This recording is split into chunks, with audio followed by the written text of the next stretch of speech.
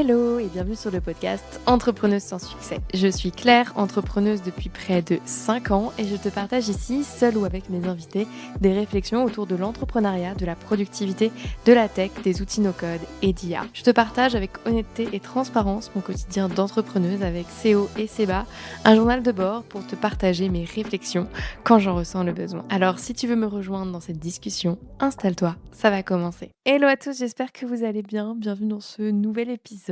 Cette semaine, je vous retrouve pour un épisode que j'avais pas du tout prévu de tourner de base. Mais hier, j'ai eu plusieurs calls clients, enfin plusieurs calls de découverte plutôt. Et j'ai notamment rencontré 2 personnes qui gèrent une boîte et qui m'ont partagé être sur la création d'une solution no-code depuis 2 ans. Et j'étais là, je ne sais pas combienième personne à qui ils présentaient le projet parce qu'en fait, ils ont erré de freelance en agence sans jamais parvenir à faire voir le jour à ce projet. Et j'ai trouvé leur histoire assez folle et surtout, je l'ai analysée et je me suis dit que j'allais vous la partager parce que je trouve ça vraiment très intéressant. Donc, pour donner un peu de contexte, ce projet, de mon point de vue, est loin d'être compliqué. Il n'y a pas d'enjeu technique vraiment énorme. Oui, il faut prendre le temps de bien comprendre leur process de travail pour réussir à créer une solution adaptée, mais j'ai envie de vous dire, de ce que j'ai vu des solutions qui ont été créées, c'est même pas là que ça a pêché. Parce que du coup, elles commencent à me raconter un peu ce qu'elles font et je suis en mode, bah ouais, c'est totalement possible d'automatiser ça. En gros, leur job, c'est de rédiger des documents juridiques et en fait, ces documents doivent comporter certaines clauses dépendant de certains cas. Donc oui, c'est un peu complexe dans le sens où il y a peut-être genre, je sais pas, une combinaison unique de documents qui est assez énorme parce qu'il doit y avoir une centaine de paramètres, je pense,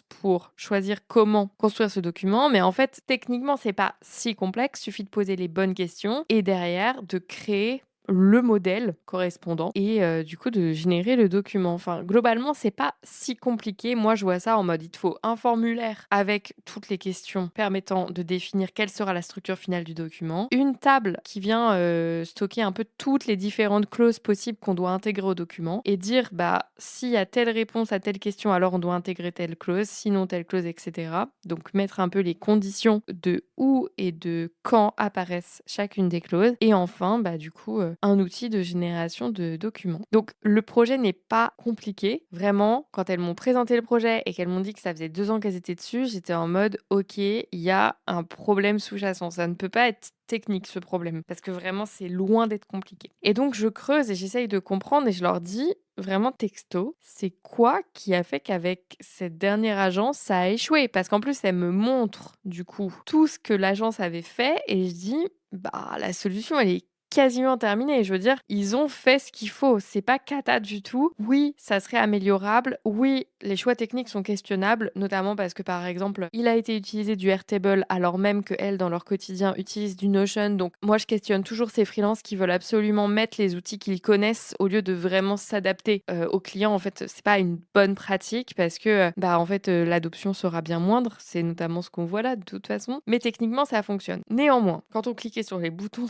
dans l'interface Airtable, je voyais bien qu'il se passait rien. Donc, on est allé un peu fouiller. Je leur ai montré comment aller fouiller pour comprendre un peu comment c'était structuré. Évidemment, il y avait du Make derrière. Donc, on allait sur le compte Make, compte sur lequel, à mon avis, elles n'avaient pas mis les pieds depuis très longtemps. Et je leur dis, mais en fait, là, vos scénarios, ils sont éteints. Enfin, factuellement, ça peut pas fonctionner. J'ai vu le désespoir dans leurs yeux. J'ai vu le truc de, bah ouais, mais en fait, on comprend rien de comment ça fonctionne et on nous a laissé en plan. Et je trouve que ça, c'est un des gros problèmes de la plupart des freelances, la plupart des agences, c'est qu'ils n'ont pas compris que l'intérêt du no-code, c'est de rendre autonomes les gens. Oui, les gens vont faire appel à des gens qui développent sur du no-code pour notamment gagner en coût, gagner en temps, c'est-à-dire que ça va beaucoup plus vite et c'est beaucoup moins cher de développer des solutions no-code. Mais je pense, et c'est là où beaucoup de personnes se trompent, que c'est aussi pour gagner en autonomie. Et là, je voyais bien, elles étaient prêtes à aller fouiller dans Make, etc. Mais en fait, dans les faits, elles ne savaient pas du tout par où commencer. Elles ne savaient même pas, elles me l'ont dit, elles m'ont dit oui, mais moi, si je veux rajouter une clause, en fait, je fais quoi? J'ai bien compris qu'il y avait des petites accolades à mettre pour les variables, mais je sais pas trop comment bien faire et tout. Et puis, de toute façon, faut quand même aller mapper tout ça dans Make. avec, donc ça suffit pas de juste créer la clause. Et j'étais là en mode, oh là là, les pauvres, en fait, elles ont une solution qui est quasiment fonctionnelle, mais auquel elles comprennent rien. Et en fait, elles ont envie de comprendre, puisqu'elles ont envie de pouvoir faire évoluer cette solution. Et non, dans leur cas, que ce soit très clair, elles sont que 2. Il y a aucun intérêt à recruter quelqu'un qui soit expert no-code dans leur boîte et elles peuvent pas se permettre en fait d'avoir quelqu'un qui assure la maintenance. Par contre, elles ont la volonté de se former, ce qui est déjà, enfin pour moi c'est typiquement le cas parfait pour lequel on doit mettre du no-code. Elles ont la volonté de se former, elles sont prêtes à du coup comprendre par elles-mêmes, elles sont prêtes à prendre le temps. Enfin, c'est le cas où le no-code répond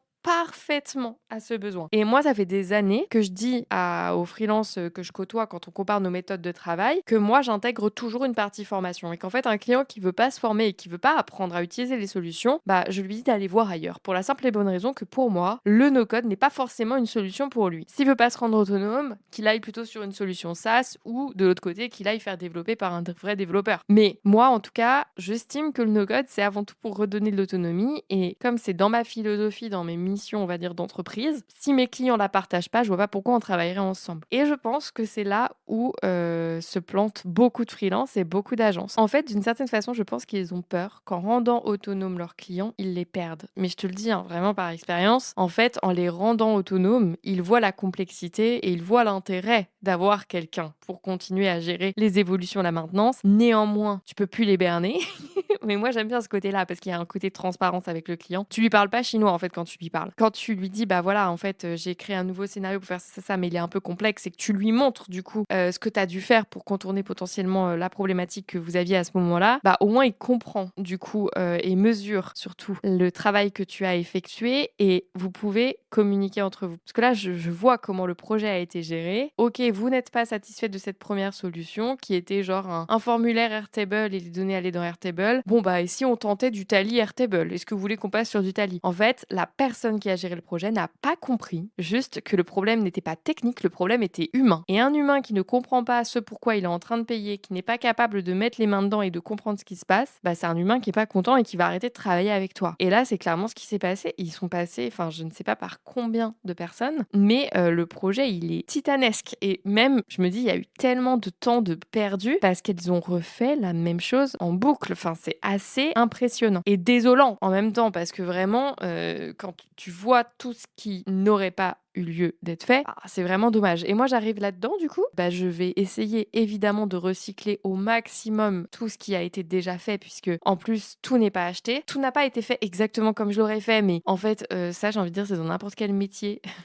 Oui, il y a des bonnes pratiques, mais c'est pas parce que c'est pas fait exactement comme tu l'aurais fait que c'est mal fait. Et là, en l'occurrence, je dois reconnaître que c'est pas cata du tout. C'est même plutôt sain comme base. Je pense que la grosse partie à améliorer, c'est le fait de permettre justement aux filles de venir ajouter des clauses à leur contrat et de pas être dépendantes de celle de la base qui a été créée initialement. Mais globalement, tout n'est pas acheté et surtout pour moi, faut les former. Et ça me conforte dans mon idée qu'en formant mes clients, je suis plutôt sur la bonne voie. Moi, mes clients, malgré le fait qu'ils soient formés, ils restent avec moi pendant des mois, des années. Et ça, au final, rares sont les freelances qui peuvent dire ça parce que je le sais, hein, dans le no-code, il y a assez peu de récurrence. Moi, je vois beaucoup d'agences qui ne cessent de courir après les projets. Moi, je sais que quand j'intègre un projet, quand j'accepte un projet, je l'accepte pour plusieurs années. Je peux pas me permettre d'intégrer 1000 projets à la fois. Là, en l'occurrence, je sais pas si c'est pour plusieurs années, mais c'est au moins pour 6 mois, on va être honnête, hein. Et oui, je pense que ça va déboucher sur d'autres missions. Parce qu'en fait, quand tu commences, bah après, quand elle voit tout ce qu'il y a à faire, en fait, la mission prend de l'ampleur par elle-même. Tu accompagnes ton client dans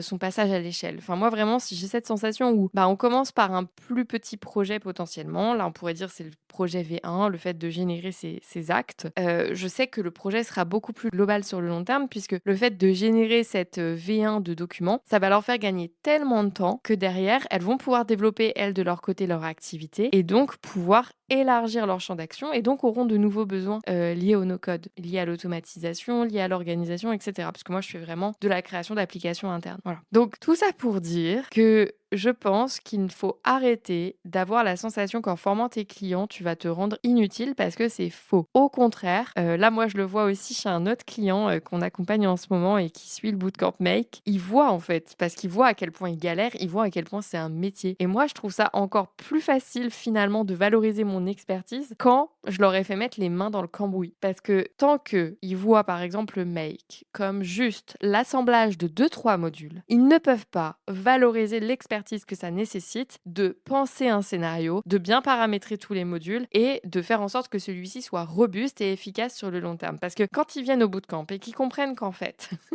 parfois, le module n'existe pas. Parfois, tu dois le créer. Parfois, tu dois mettre des conditions. Parfois, tu vas aussi devoir mettre des boucles. Et puis, parfois, il va aussi falloir créer, je sais pas, des bases de données sur les côtés pour avoir toutes les dépendances liées à un scénario. Moi, perso, ça me permet de beaucoup plus facilement justifier mes prix derrière. Non pas que je doive me justifier, mais il faut bien à un moment que le client voit la valeur perçue. Et moi, là où vraiment j'arrive à gagner tant de négociations, c'est quand les clients perçoivent la valeur parce qu'ils ont mis les mains dedans. Et je ne travaille plus avec des clients qui n'ont pas le temps de se former par eux-mêmes, n'ont pas le temps d'expérimenter par eux-mêmes parce que comme c'est no code, vraiment je l'ai constaté, de toute façon, ils ne valoriseront jamais l'expertise que ça demande de créer une solution, de développer une solution. Et du coup, je me prends pas la tête, je les prends pas, c'est pas très grave. Je ne prends que les clients avec qui j'ai envie de travailler, avec qui j'ai envie d'avoir un vrai lien, un vrai accompagnement et je trouve que c'est beaucoup plus agréable pour eux comme pour moi. Il y a un moment, et c'est un peu comme dans n'importe quelle relation humaine, où il y a ce lien de confiance qui se crée et où, en fait, je peux leur annoncer n'importe quel prix et ça, c'est un vrai luxe que j'ai après. En fait, ils me font confiance, ils savent que ça les vaut parce qu'en fait, ils savent que je sais bien fixer mes prix maintenant et que quand je dis un prix, c'est pas pour rien. C'est que derrière, ça va leur permettre de gagner au moins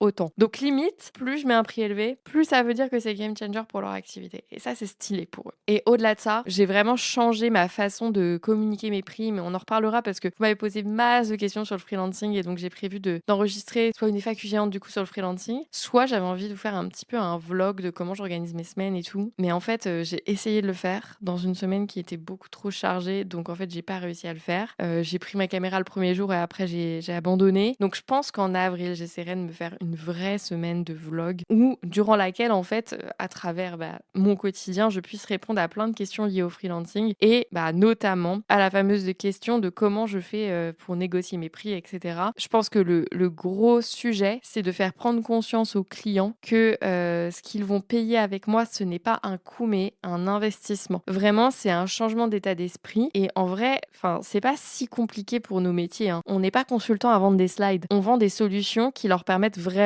de gagner du temps. Gagner du temps, donc gagner de l'argent. Donc au final, je pense qu'on n'est pas les plus mal lotis. Je pense qu'on fait vraiment quelque chose qui a un impact direct dans une boîte et quasi immédiat. Donc en fait, je pense que c'est beaucoup plus facile de négocier nos prix de ce point de vue-là que pour des professions plus fonction support. Par exemple, mon avocate, j'estime qu'elle a une vraie expertise et que tout ce pourquoi je la paye a de la valeur et c'est un investissement sur le long terme à la fois pour moi, pour ma culture et puis pour mieux conseiller mes clients. Mais dans les faits, je sais que pour plein de personnes, payer un avocat, c'est un coût. J'ai vraiment cette maturité maintenant avec du recul de le voir vraiment comme un investissement. Je parle de mon avocate spécialisée en propriété intellectuelle. D'ailleurs, si vous ne l'avez pas lu, la newsletter de la semaine dernière qui a énormément plu, vous partagez un petit peu toutes les questions à vous poser quand vous choisissez un outil en termes de RGPD. Quels sont les outils qui sont conformes ou non? Comment on fait pour s'en assurer? Voilà. Et tout ça, je ne le saurais pas si je n'avais pas investi dans l'accompagnement par une avocate. Bon écoutez, épisode un peu court, mais je voulais vous raconter ça parce que je trouve ça tellement fou d'en arriver à